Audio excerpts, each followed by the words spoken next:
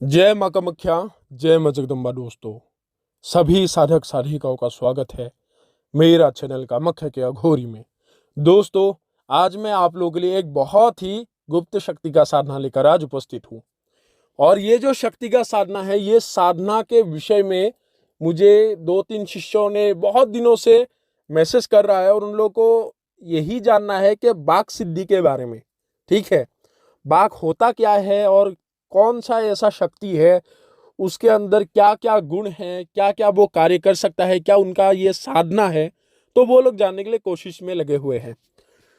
तो उन लोग के नाते आज मैं बाघ सिद्धि का जो साधना है वो मैं बताने वाला हूँ। ठीक है, और ये जो शक्ति है ये असम का ही एक शक्ति है। ठीक है, ये जो बाघ नाम का शक्ति है ये एक भूत है। ठीक है, ये एक ऐसा भूत है जो मान लो पानी में रहते हैं। ठीक है, अक्सर आप लोगों ने सुना होगा कि भूते पानी से डरते हैं, वो नहाते नहीं है, ये है वो है। ठीक है, ये जो बाघ नाम का शक्ति है ये क्या होते हैं, कैसा गुण होते हैं, आप लोग इसको जानो। ठीक है, अक्सर जो ये बाघ सिद्धि है ये लोग पहले जो होते थे मायों के लोग करते थे। ठीक है, बाघ सिद्धि मायों के लोग किस लिए करते थे, इसके जरिए जिन लोगों के पास खाने के लिए कुछ भी नहीं होते थे वो वस्तुओं को छुड़ाते थे। अगर किसी को ज्यादातर मछली खाने की इच्छा थी तो बाघ के जरिए मछली को छुड़ा के खाकर वो संतुष्ट होते थे। ठीक है, और बाघ ऐसा भूत होते हैं जो पानी में रहते हैं और ये किस प्रकार इंसान को क्षति पहुंचाता है, क्या क्या कर सकते हो इसके जरिए वो सुनो। पहला तो है कि बाघ ऐसा शक्ति है जो अक्सर झील हो, नदी हो, जिसमें ज्यादातर मछली पाए जाते हैं, ऐसे जगह में रहते हैं। ठीक है, और इसका सबसे मन पसंदीदा जो भोजन होते हैं वो मछली होते हैं, ये याद रखना। ठीक है, उसके पश्चात होते हैं कि मायों के लोग उसी का ही इसका प्रयोग करके फायदा उठाते थे। जैसे मान लो किसी को मछली खाना है तो बाघ को भेज दिए। अगर किसी पोखर में, जैसे असम में हर लोग के घर में, हर मतलब अक्सर लोगों के घर के पास पोखर रखते हैं जिसमें मछलियां पालते हैं। ठीक है, तो वो पाले हुए मछलियों को मतलब एक एक करके पकड़ के लाके उस मालिक को दे आता था जो जिसका वो ये बाघ अधीन है। तो उस मालिक को मछली पकड़ के देते थे और वो मालिक उसको पकाकर बाघ को भी खाने के लिए देते थे और मालिक भी खाते थे। जिसके पास बाघ सिद्धि होता है उसको वो मछली लाकर खिला सकता है, खाने का वस्तु है, भोजन है, चुरा कर लाके दे सकता है, धन दौलत भी चुरा कर आपको लाकर दे सकता है। ये एक प्रकार से चोर बीरा हो, चोर जिन हो, जो लोग आप लोग बोलते हो, ठीक है, चोर पिछासी नहीं हो, उसी भांति ही ये काम भी करता है। लेकिन एक ऐसा शक्ति इसके अंदर है जिसके बारे में हर शक्तियों के अंदर नहीं है और जिसके बारे में आप लोग जानते भी नहीं हो, वो सुनो। इसके अंदर क्वालिटी क्या है वो सुनना।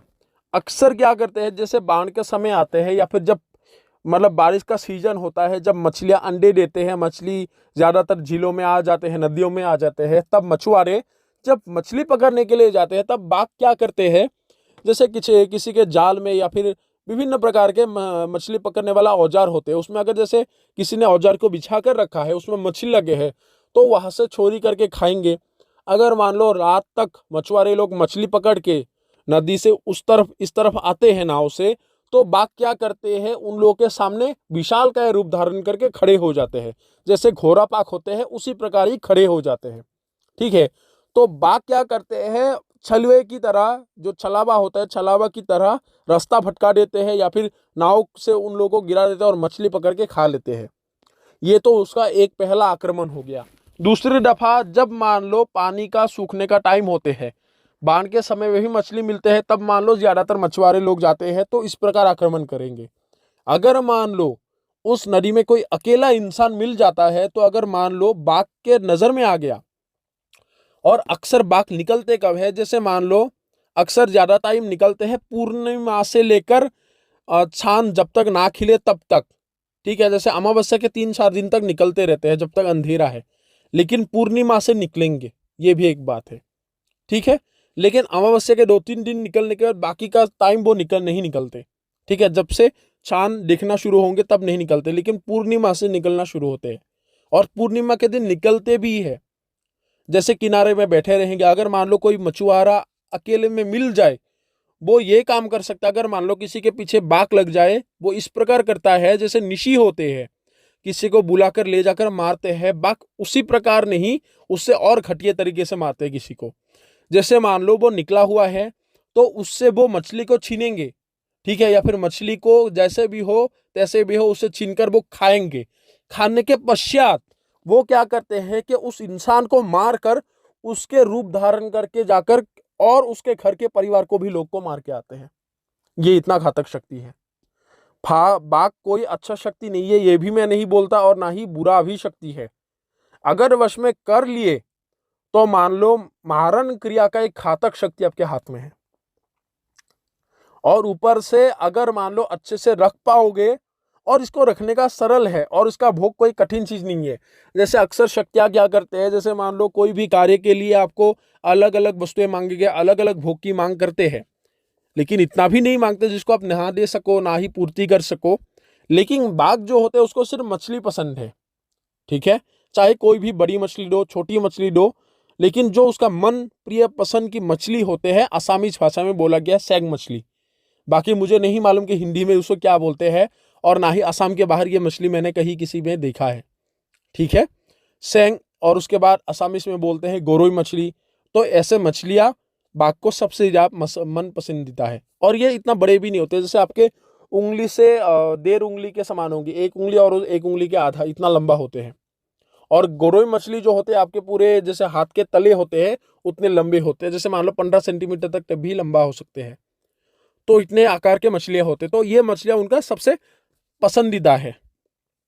और बाघ को क्या होते हैं कि कच्चा मछली या फिर जिंदा मछली भी प्रिय है, चाहे उसको आप आग में पका के दो, उसको भून कर दो, जिस प्रकार भी दोगे उसी प्रकार ही वो भोजन करेंगे। अक्सर बाघ जो होते हैं जब वो जंगली रहते हैं, जब तक उसको वश में ना किया जाए तो वो कच्चा ही खा जाते हैं। जैसे किसी के जाल से वो निकाल के खा लिए, जैसे किसी के मतलब औजार से निकाल के हुए वो उसने खा लिए, क्योंकि बहुत सारे औजारों का नाम बता सकता, आप लोग को समझ नहीं आएंगे, ठीक है। तो जैसे ही ये बाघ होते हैं उसको कच्चा मछली प्रिय है, तो इसका विधान आप लोग कैसे करोगे, किस प्रकार सिद्ध करोगे वो सुनो। बाघ का जो साधना होता है दोस्तों, इसका साधना 11 दिन का होते हैं, ठीक है। एक तो विधान है 11 दिन का, एक होता है 7 दिन का। 7 दिन का विधान थोड़ा सा कठिन है जो मैं आप लोग को नहीं बताऊंगा। उसके पश्चात एक विधान है पूरे 31 दिन का। 31 दिन का लंबा है, उसके कारण ये विधान मैं आप लोग को नहीं बता रहा हूं। जो मध्यम का है जिसको आप लोग कर सको, कोई कठिनाई भी नहीं हो, वो विधान मैं आप लोगों को बता रहा हूं। 11 दिन का साधना होता है। उसके पश्चात क्या होता है, इसको भोग के लिए क्या क्या ले जाना है वो सुनो। आसन जो होंगे आप लोग, जैसे मान लो इसमें काला कंबल के आसन में भी बैठ सकते हो, कुशा के आसन में भी बैठ सकते हो, कोई भी इसमें दिक्कत नहीं है, बस चमड़े का प्रयोग मत करना, चमड़े का आसन का, ठीक है। उसके पश्चात उसमें जो माला की आवश्यक होंगे, इसमें आप लोग काले हकीक की माला की आवश्यक होंगे, उसको आप पैशाचिक विधि से संस्कारित कर लो, क्योंकि भूत का साधना है। उसके बाद आप लोग को करना क्या होगा, जो भोग ले जाओगे भोग में सिर्फ आप लोगों को कच्चा जिंदा मछली ले जाना होगा। अभी जो भी मछली आप लोग को प्राप्त हो, क्योंकि जैसे ऐसा नहीं है कि आपको उनके प्रिय मछली देने से ही वो आएंगे, बस उसको मछली ले जाना होगा। और मछली कितने ले जाओगे आप, उनके लिए मछली जो ले जाओगे वो 6 मछली ले जाओगे, ठीक है। 6 मछली ले जाना होगा, लेकिन जिंदा, ठीक है। और उसको क्या है कि आग में पकाकर भी दे सकते हो, लेकिन इसको सिद्ध होने के बाद जब आपके पालतू बन जाए, जब उसको पालने के लिए लग जाओ, तब वो खुद मांग लेंगे, चाहे भून कर देना होगा वो बता देंगे। लेकिन इस साधना में उसको कच्चे मछली का भोग दिया जाता है जो जिंदा हो, जिंदा मछली की जरूरत है। उसके पश्चात आप लोगों को करना क्या होगा, सूखा मछली ले जाना होगा। सूखा मछली ज्यादा से ज्यादा हर रोज आप लोगों को 200 ग्राम 250 ग्राम इतना ले जाना होगा। और करना क्या होगा, जैसे बांस का लकड़ी है, जैसे धुनी देने वाले जैसे कोई भी मिट्टी का बर्तन ले जाओ, और ये जो मछली है आप लोगों को मिट्टी के बर्तन में उसको रख के एक आप लोगों को केले के पत्ते में रखना होगा, ठीक है। उसके बाद आप लोगों को ना ही उसमें दिया जलाना है, ना ही आप लोगों को उसमें अगरबत्ती जलाना होगा। और कौन से दिन से शुरू करना होगा, इसको आप लोग शुरू करोगे पूर्णिमा के दिन से, पूर्णिमा से शुरू करोगे ये साधना को। और ये साधना कब से शुरू करना है, मध्य रात्रि अर्थात 12 बजे से शुरू कर सकते हो इस साधना को। चाहे आप 12 बजे से शुरू करो या फिर 1 बजे से, मतलब 12 बजे के बाद से, ये भी है, ठीक है। तो जैसे आप लोग शुरू कर दोगे तो केले के पत्ते को और मछली को रख देना होगा। उसके अंदर आप लोग को उसके चारों ओर सुरक्षा घेरा लगा देना है, या फिर आप जिस जगह में बैठे हो उस सुरक्षा घेरे के अंदर ही उस मछलियों को रखकर बैठना होगा। लेकिन याद रहे, बाघ बहुत ही ज्यादा डराएगा, ये याद रखना।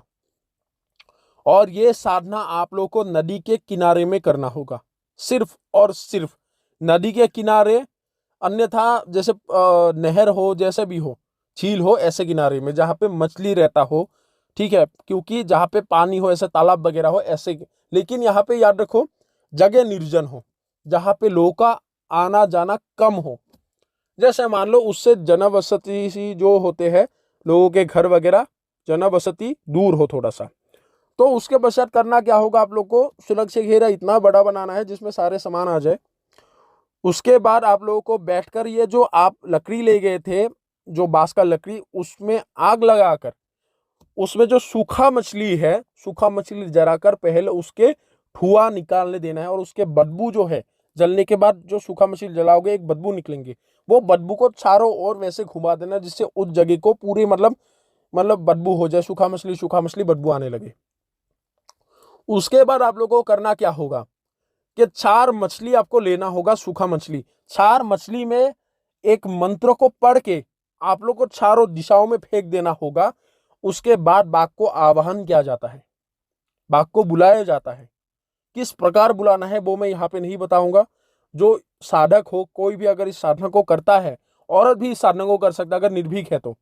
इसमें ऐसा नहीं कि पुरुष भी कर सकता है, अगर निर्भीक है, कोई साधिका है जो इस क्षेत्र में है, तो औरत भी कर सकता है, कोई भी दिक्कत वाली बात नहीं है।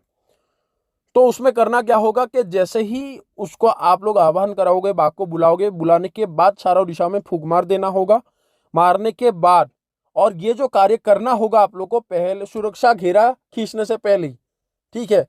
जैसे ही आप लोग उनको बुला लोगे, बुलाने के बाद आप लोग को उसके बाद सुरक्षा घेरा लगाना होगा, ठीक है। जैसे एक कमरे को बंद कर रहे हो, अगर आप बुलाते रहे, जैसे गाड़ी के अंदर हो, अगर किसी को मतलब ग्लास वगैरह उठाकर आप बुलाओगे तो उसको सुनाई नहीं देगा, तो ग्लास को खोलना होगा। तो सुरक्षा घेरा लगाने से पहले उसको बुलाना होगा, ठीक है। तो आवाज देने के बाद आप लोग को सुरक्षा घेरा लगा देना है। लगा देने के बाद आप लोगों को बाघ को वशीभूत करने का मंत्र जो होगा, उस मंत्र को सिर्फ 7 माला जप करना होगा। 7 माला जप करने के बाद बाघ के मंत्र को सिर्फ आप लोग को 14 माला जप करना होगा, 14 माला मूल मंत्र को। और जब तक आप ये 14 माला को जप करते रहोगे, तब तक आप लोग को थोड़ा बहुत करके, 1 टुकड़ा 2 टुकड़ा करके, ये जो सूखा मछली आप लोग ले गए थे वहां पे आग में डालते रहना होगा, ठीक है। सूखा मछली डालते रहना है। बाघ को ना ही किसी प्रकार का शराब चाहिए, ना ही मांस का भूख, सिर्फ मछली की आवश्यक है, ठीक है। सिर्फ और सिर्फ मछली की आवश्यक है। तो जैसे ही ये चीज आप करोगे तो सूखा मछली का बदबू चारों तरफ जाएंगे। जैसे ही आप लोग वशीभूत मंत्र का आप लोगों का जब तो हो जाएगा, जब कर लोगे, करने के पश्चात आप लोगों को जैसे मूल मंत्रों का आप लोग जब कर रहे हो 14 माला, उनमें से कम 5वें 6वें नंबर या फिर 7वें माला को पार कर लोगे, उसके पश्चात ही आप लोग को बाघ का उपस्थिति आप लोग को अनुभव होगा। और अनुभव किस प्रकार होता है वो सुनो। जैसे ही बाघ आता है तो पहले लुभाता है आप लोग को। जैसे झील के किनारे में बैठे हो, जैसे नदी के किनारे में बैठे हो, बड़े बड़े मछली कूद कर आपके सामने भी गिर सकता है, लेकिन मछली ऐसा नहीं लगेंगे कि रियलिटी में वो मछली है। काले काले रंग के होंगे मछलियां, ठीक है। बड़े बड़े मछलियां पानी से कूद कर जमीन में आपके आसपास गिर रहा है, और फिर से पानी में कूद के, जैसे मान लो कोई मछली वहां से जम करके आए, किनारे में आए और वहां पे फुदक फुदक के फिर से पानी में गिर गए, तो इस प्रकार का अनुभव होंगे। जैसे पानी में हलचल मचना शुरू हो जाएगा, आसपास उस जगह में जहां पे आप बैठे हो पेड़ है, तो पेड़ हिलाकर पूरी तरह से गर्जना हुआ वो बाघ आपको आवाज करता हुआ आएगा, ठीक है। लेकिन आप लोगों के सामने खड़ा नहीं होगा। तो इस प्रकार आप लोग को भयभीत करने की वो प्रयास करेंगे, लेकिन आप लोग को कुछ भी प्रकार का रिएक्शन करना ही नहीं है, ना ही उसमें ध्यान देना है। बस आप लोग को मंत्रोच्चारण में ध्यान एकाग्रचित होकर करते रहना है। जैसे आप लोग का साधना समाप्त होगा तो बस सुरक्षा घेरा को काट के बिना पीछे देखे घर की ओर चले आना होगा। लेकिन सबसे बड़ी बात है कि जरूर ही जरूर शरीर सुरक्षा लगाना है, क्योंकि आप लोग को मैंने बताया है कि खतरा क्या चीज है, कि वो आपको मार के आपके स्वरूप को धारण करके आपके पूरे परिवार को भी मार सकता है। ये इतना खतरनाक शक्ति है, ठीक है। तो जैसे ही इन चीजों को किए जाओगे तो वैसे ही आप लोग को चले आना होगा बिना देखे।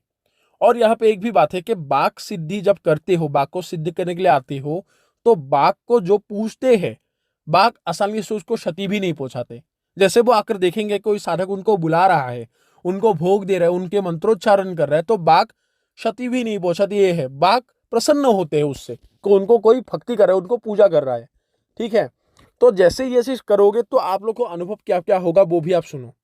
बाघ जो होते हैं आपके पीछे पीछे आएंगे, ये भी बात याद रखो।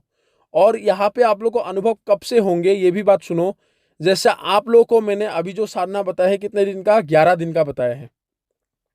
तो ये साधना 11 दिन में आप लोग को किस प्रकार का अनुभव करेगा, तीसरे दिन के बाद अनुभव कराएगा।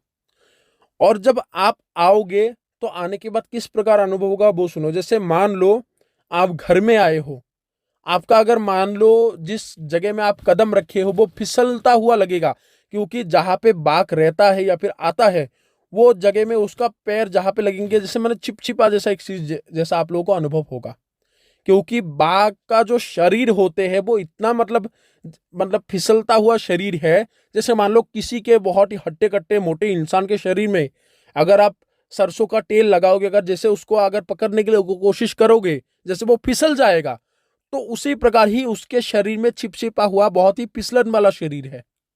ठीक है, तो वो जिस जगह में भी कदम रखेंगे, जैसे मान लो बहुत ही फिसलता हुआ आपको अनुभव होंगे कि आपके पैर बहुत ही मतलब फिसलता हुआ वो जा रहा है, उसी में आप लोगों को समझ जाना कि आपके घर में बाघ का प्रवेश हो चुका है, लेकिन वो क्षति नहीं पहुंचाएगा, ये बात याद रखना।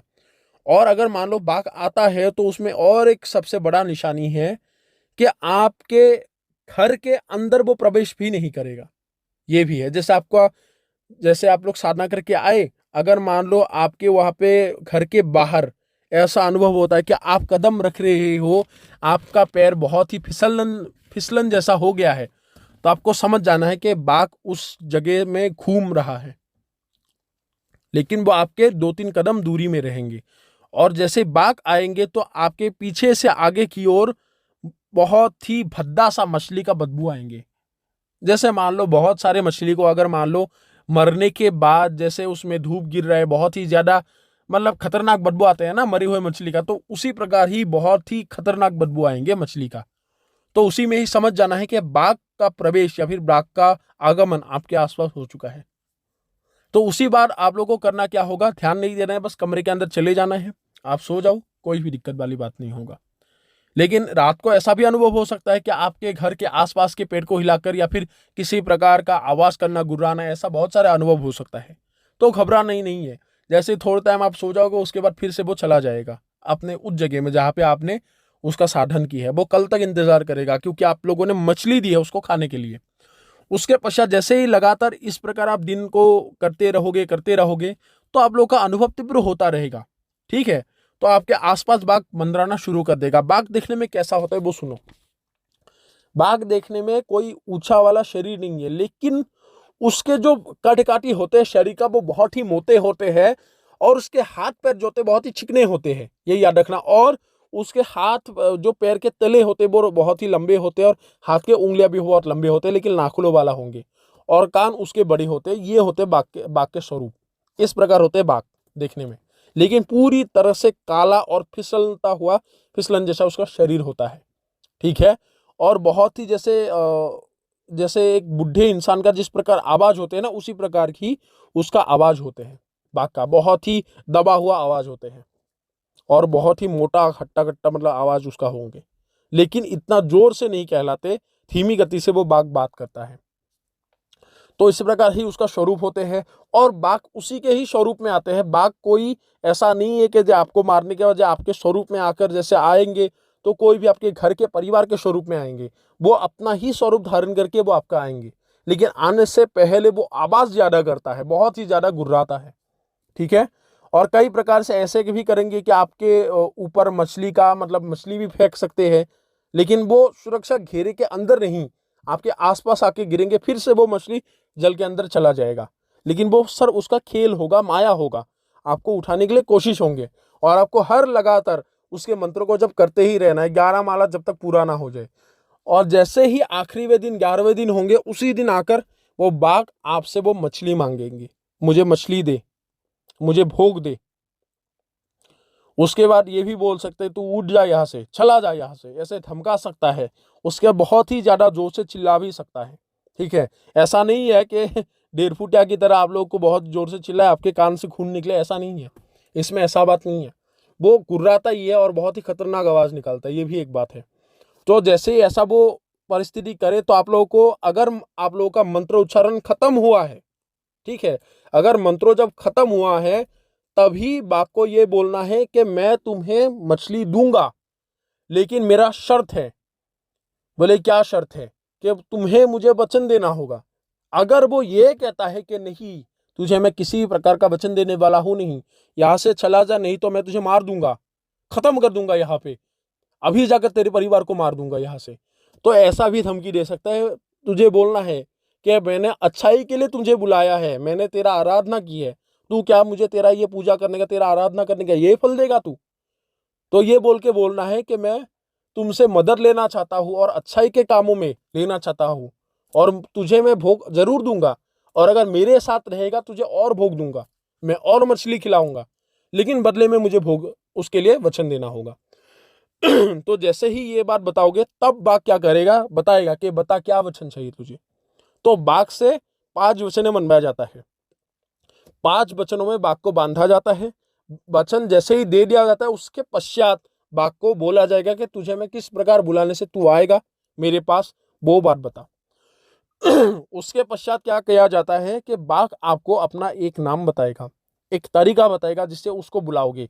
लेकिन एक दफा याद रखना, सबसे जरूरी बात, कि बाघ को जो भी साधक सिद्ध करता है उसको किसी भी प्रकार से घर में बुलाना मत, ये याद रखना। बाघ को बुलाने से बहुत ही क्षति पहुंचाता है वो घर को।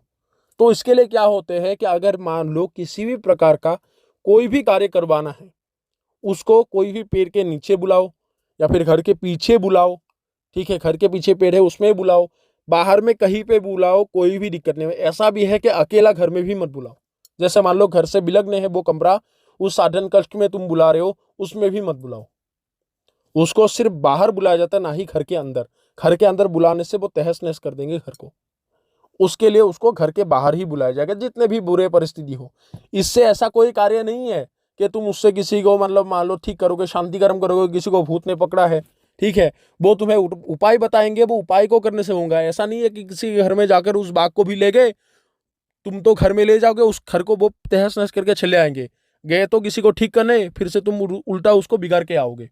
तो बाघ को किसी के घर में बुलाया भी नहीं जाता और ना ही अपने घर में उसको स्थान दिया जाता है। उसका सिर्फ स्थान बाहर ही होता है और बाहर ही रहेगा वो, ठीक है। तो जैसे ही वो आपको वो तरीका बता दे उसके पश्चात उसको मछली का भोग देके उसको जाने का आदेश देना है। वो मछली को उठाकर ले जाने के बाद वो जाने का आदेश मांगेगा। और ये ऐसा नहीं है कि मछली को सूंघेगा, वो सीधा सामने खा जाएंगे उन वो मछलियों को।